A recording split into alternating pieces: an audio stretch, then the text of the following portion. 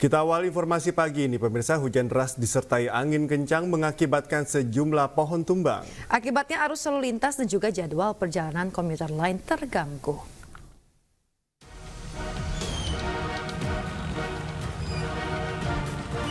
Sejumlah pohon albasia yang berada di Jalan Tanah Kusir, Pesanggerahan, Jakarta Selatan, Jumat malam tumbang akibat hujan deras yang disertai angin kencang. Selain mengganggu arus lalu lintas Gandaria menuju Bintaro, perjalanan komuter lain juga terganggu karena batang pohon menimpa kabel listrik. Petugas PPSU dan Pertamanan yang berada di lokasi segera melakukan pemotongan terhadap batang pohon yang sempat melintang di jalan. Mengganggu lalu lintas, ya pasti bang, kereta berhenti langsung. Kalau untuk komuter terganggu, Bang? Iya, langsung listriknya mati. Itu untuk penumpangnya gimana, Bang? Harus turun pak, naik angkutan. Akibat peristiwa ini, arus lalu lintas di Jalan Tanah Kusir dari arah Gandaria menuju Bintaro mengalami kemacetan. Sementara itu, penumpukan penumpang terjadi di stasiun Pondok Ranji, Tangerang Selatan, Banten. Hal ini terjadi akibat pohon tumbang di perlintasan Kebayoran Lama. Bahkan sejumlah penumpang terpaksa menunggu lebih dari 1 jam akibat peristiwa ini. Udah sekitar 1 jam. 1 jam. Ya. Yang Mbak tahu ya informasi ini kenapa terhambat? Pohon tumbang di antara Pondok Ranji sama Kebayoran. Oke. Ya. Yang mengalami kayak Mbak ini banyak di dalam? Banyak banget mas, penumpangnya numpuk di dalam. Akibat insiden ini, PT Kereta Komuter Indonesia harus mengubah pola operasi untuk rute Tanah Abang Rangkas Bitung.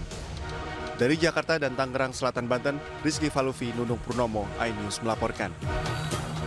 Pemirsa, polisi menetapkan 4 tersangka serta 8 anak berkonflik dengan hukum pada kasus dugaan perundungan di Binus School Serpong. Salah satu motif perundungan ialah tradisi kelompok.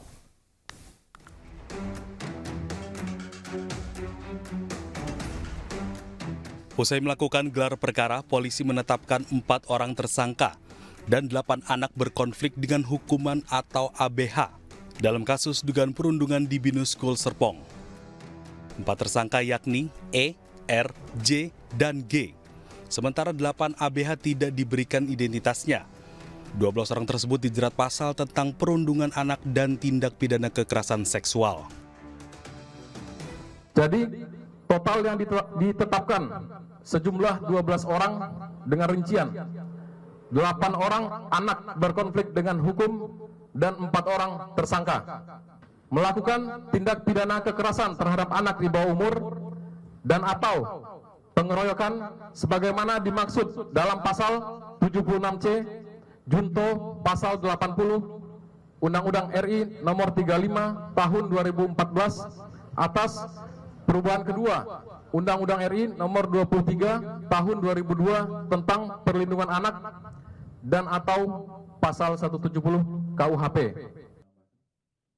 KPAI juga mengapresiasi penanganan kasus oleh Polres Metro Tangsel dan terus mengawal kasus agar tidak ada hak anak-anak yang terabaikan. Yang masih perlu kita kawal adalah bagaimana penegakan Undang-Undang Perlindungan Anak dan sistem Undang-Undang Sistem Peradilan Pidana Anak. Dan tentu saja dalam hal ini jangan sampai ada hak-hak anak yang terabaikan. Kami mohon kerjasamanya semua komponen OPD terkait yang ada di sini dari Kementerian dan Kepolisian agar kita bersama-sama menuntaskan kasus ini dan ini menjadi pembelajaran untuk seluruh rakyat Indonesia. Dalam kasus ini, polisi telah memeriksa 17 saksi dan 2 saksi ahli, termasuk pihak sekolah dan orang tua salah satu dari 12 anak berstatus tersangka maupun ABH Vincent Rompis. 3 pelajar SD keracunan usai mengkonsumsi jajanan yang tengah viral di Kabupaten Bogor, Jawa Barat. Setelah diperiksa pemirsa, ternyata jajanan yang dikonsumsi sama persis dengan jajanan yang menyebabkan keracunan puluhan pelajar SD di Sukabumi.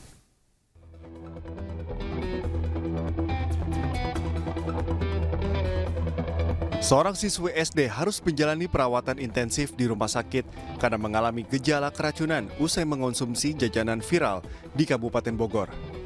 Sementara 2 pelajar lainnya sudah diperbolehkan pulang usai menjalani perawatan di klinik. Sebelumnya, 3 pelajar sempat membeli jajanan ke pedagang keliling di luar sekolah. Namun usai disantap, korban mengalami mual dan muntah-muntah. Jajanan yang diduga beracun sebelumnya juga membuat puluhan pelajar di Sukabumi keracunan. Pihak puskesmas pun sudah mengambil sampel jajanan untuk diuji di laboratorium. Dia belinya mungkin dijajan di luar, di pinggir jalan. Kejadiannya itu terasanya dia setelah di rumah. Setelah di rumah. Tapi pada saat bersekolah ceritanya Dia belinya mungkin lagi sekolah atau di luar sedang istirahat gitu. makannya di sini juga. Makannya ada yang makan di sini, ada juga yang makan sisanya di rumah gitu. Sebelumnya, 28 pelajar di Sukabumi, Jawa Barat keracunan usai menyantap jajanan dari penjual keliling. Seluruh korban mengeluh mual, muntah, pusing, hingga sesak nafas dan terpaksa dievakuasi ke puskesmas. Akibat kejadian ini, pihak sekolah sudah melapor ke polisi untuk memeriksa sampel makanan yang dikonsumsi ke Dinas Kesehatan untuk dilakukan pemeriksaan laboratorium. Dari Kabupaten Bogor, Jawa Barat, Cahyat Supriyatna, iNews melaporkan. Ratusan warga di Kediri, Jawa Timur rela mengantre berjam-jam demi mendapatkan beras murah dengan cara memasang sendal dan helm. Sementara di Tegal, Jawa Tengah, pemirsa, warga saling dorong untuk mendapatkan antrian paket beras murah.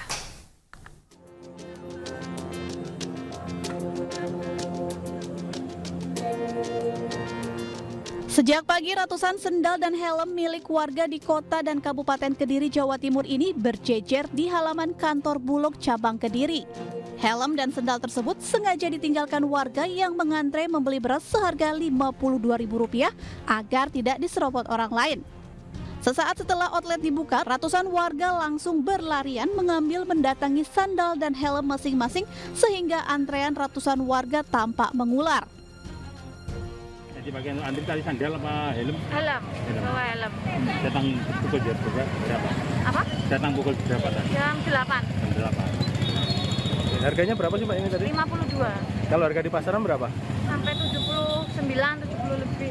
Tanggapannya dengan adanya beras murah ini seperti apa? Alhamdulillah bersyukur sekali kita bisa membantu lah. Sementara itu di Tegal, Jawa Tengah, warga rela berdesakan dan saling dorong saat antre membeli beras murah. Mereka khawatir tidak mendapatkan beras dan sembako murah di saat harga kebutuhan melonjak jelang Ramadan. Karena tak sabar, warga terlibat saling dorong hingga sejumlah petugas kesulitan melayani warga. Dari Kediri, Jawa Timur dan Tegal, Jawa Tengah, Afnan Subagio dan Yunibar, iNews melaporkan. Harga beras di sejumlah wilayah masih mahal seperti di Bandung, Jawa Barat dan Sidoarjo, Jawa Timur. Hal ini berakibat pada daya beli masyarakat menjadi menurun.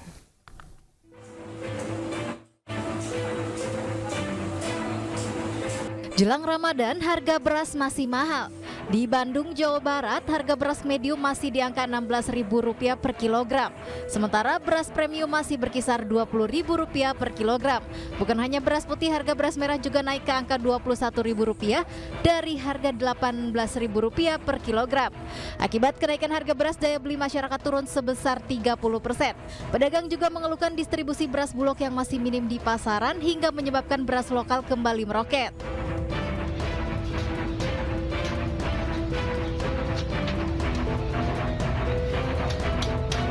Di Sidoarjo, Jawa Timur, tim Satgas Pangan Polresta Sidoarjo, Dinas Perdagangan dan Dinas Pasar menggelar sidak Kamis siang. Dari sidak diketahui harga beras medium termurah saat ini masih berkisar Rp14.500 per kilogram. Sedangkan harga beras premium termurah berkisar Rp14.700 per kilogram. Sementara untuk beras Bulog termurah dengan kualitas rendah dijual dengan harga eceran tertinggi sekitar Rp11.000 per kilogram. Untuk ketersediaan pasokan sementara dari hasil wawancara aman, tidak ada masalah.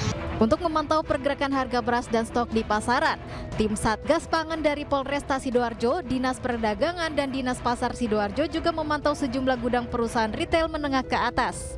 Tim Liputan iNews melaporkan. Pemirsa, mahalnya harga telur ayam menjadikan telur pecah menjadi favorit ibu rumah tangga di Pasar Tomang Barat, Grogol Petamburan, Jakarta Barat.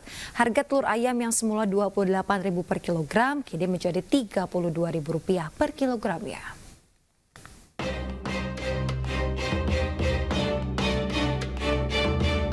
Harga telur ayam masih tinggi di kisaran harga Rp32.000 per kilogram. Dari harga sebelumnya Rp28.000 per kilogram.